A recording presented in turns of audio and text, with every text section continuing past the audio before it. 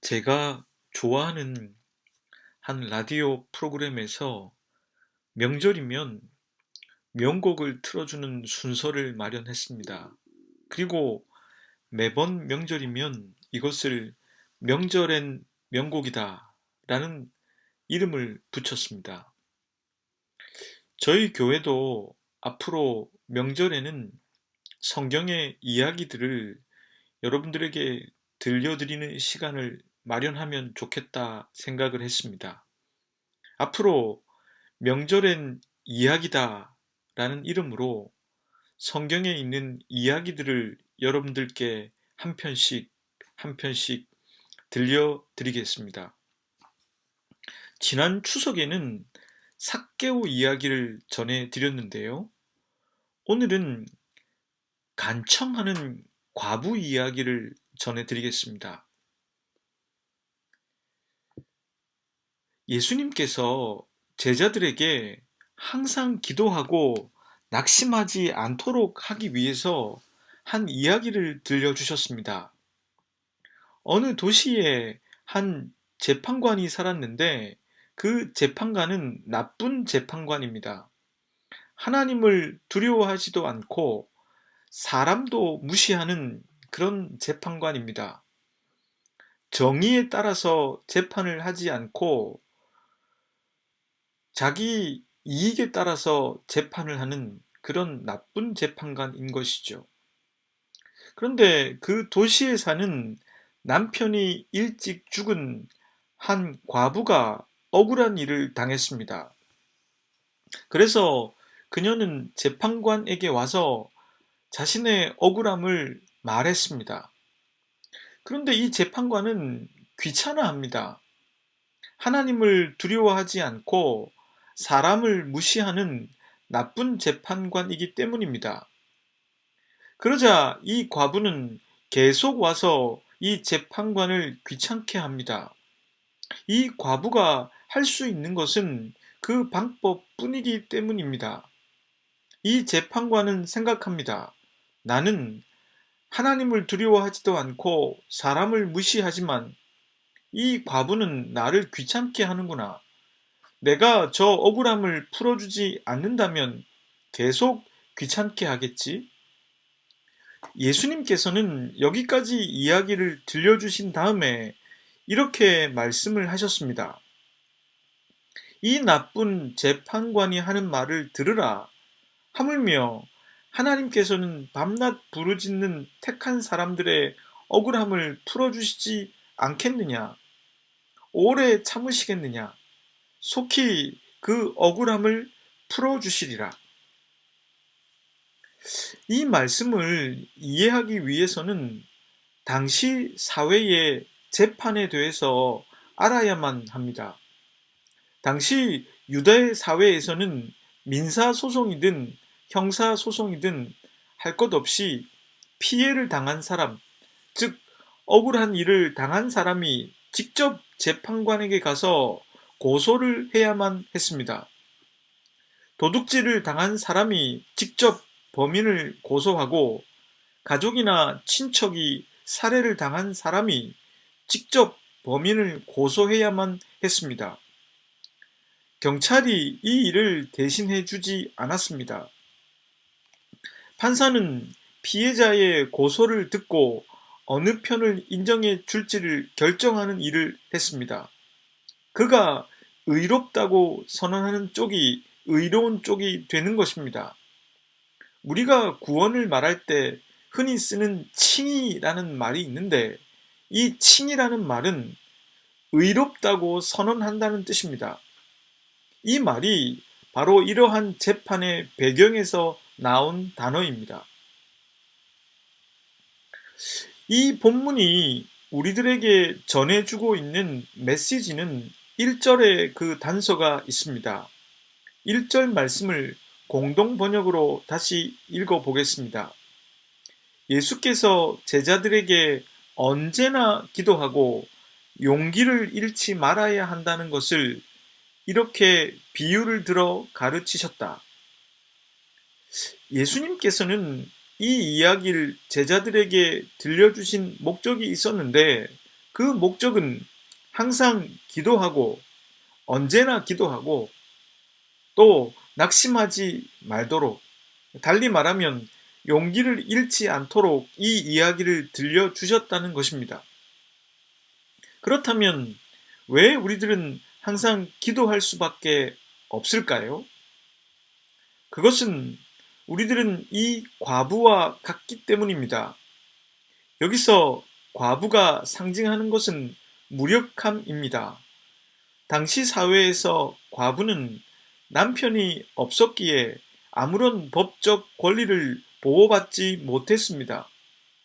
그랬기에 과부는 철저하게 무력한 존재를 의미한다고 말할 수 있습니다. 우리들이 언제나 기도할 수밖에 없는 까닭은 저와 여러분들이 철저하게 무력한 존재임을 알기 때문입니다. 한치 앞도 내다보지 못하는 게 인간입니다. 우리들에게 오고 있는 시간에 무엇이 있을지 우리들은 알 수 없는 무력한 존재에 지나지 않습니다. 내 자식조차 내 마음대로 할 수 없는 존재가 바로 우리 자신입니다. 아니, 우리 자신조차 때론 내 마음대로 되지 않는 존재입니다. 우리가 언제나 기도할 수밖에 없는 까닭은 우리가 과부처럼 무력한 존재이기도 하지만 뿐만 아니라 과부처럼 억울한 일도 많이 당하기 때문입니다. 당시 사회에서 과부는 사회적 약자의 대명사였습니다. 그랬기에 과부들은 억울한 누명을 쓰는 경우가 허다했고 약자들을 노리는 사람들의 희생양이 될 가능성도 많았습니다.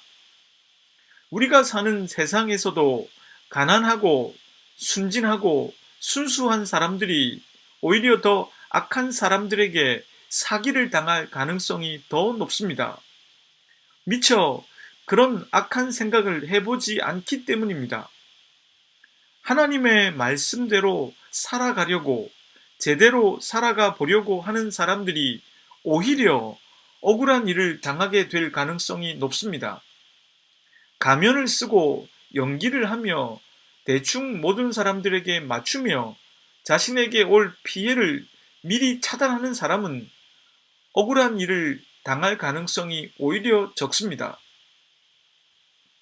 우리가 언제나 기도할 수밖에 없는 까닭은 우리들이 만나는 재판관이 나쁜 재판관일 경우도 있기 때문입니다.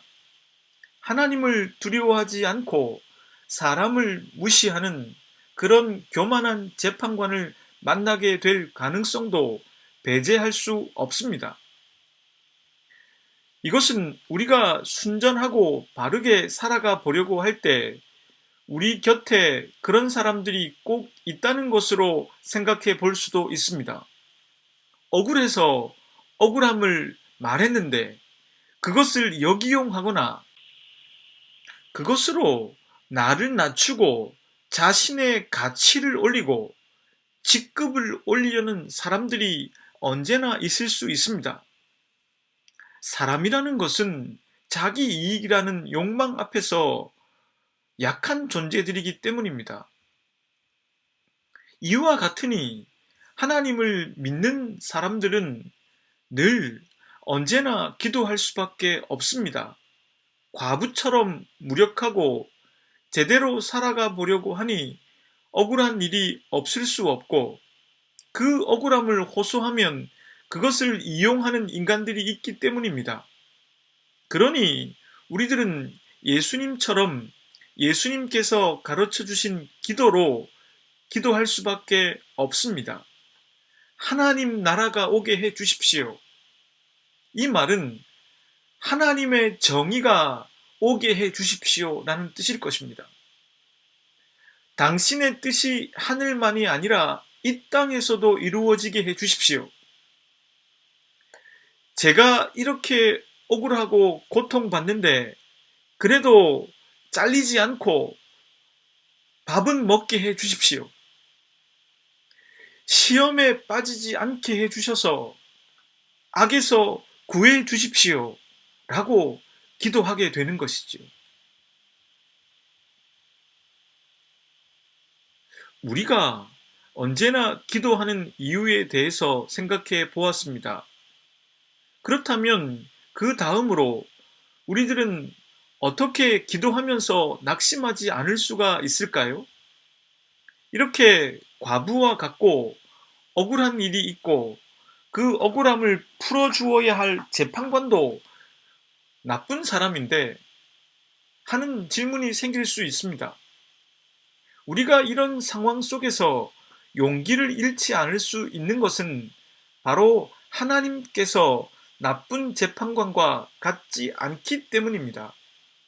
오늘의 말씀을 잘못 해석하면 과부는 우리들이요, 재판관은 하나님이라고 놓게 됩니다. 그것은 잘못된 해석입니다. 그것이 잘못된 해석인 것은 그렇게 되면 하나님께서는 불의한 재판관과 같아지기 때문입니다. 또한 하나님께서는 우리들의 억울함을 풀어주시는 까닭이 우리가 귀찮게 해서가 아닙니다.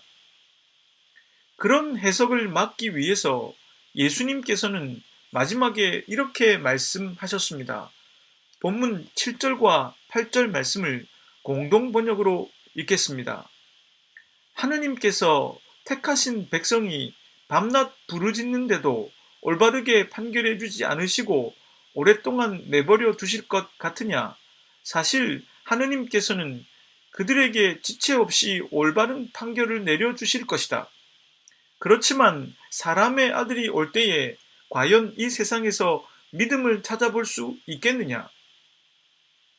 하나님께서는 지체 없이 올바른 판결을 내려주신다고 말씀하셨습니다. 하나님께서 우리들의 기도에 응답하시는 것은 우리가 그분을 귀찮게 하기 때문이 아닙니다. 그분은 우리들의 아버지시고 정의로운 재판관이시기 때문입니다. 그분은 오래 참지 못하십니다.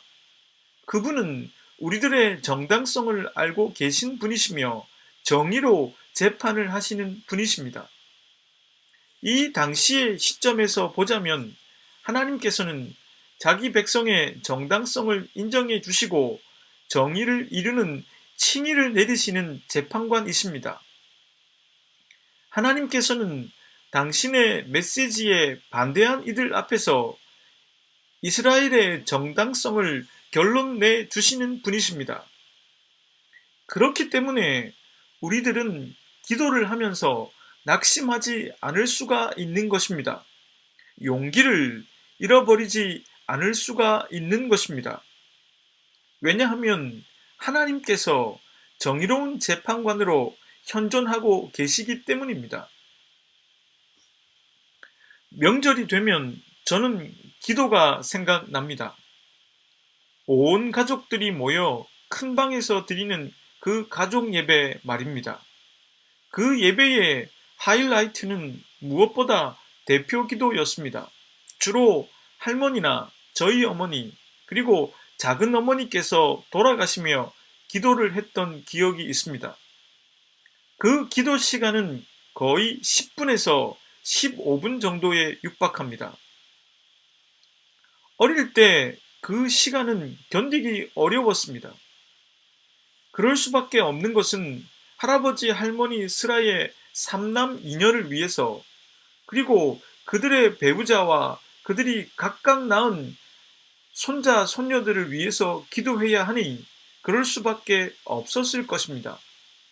어느 한 사람이라도 빠지게 되면 안 되기에 더욱더 그러했을 것입니다.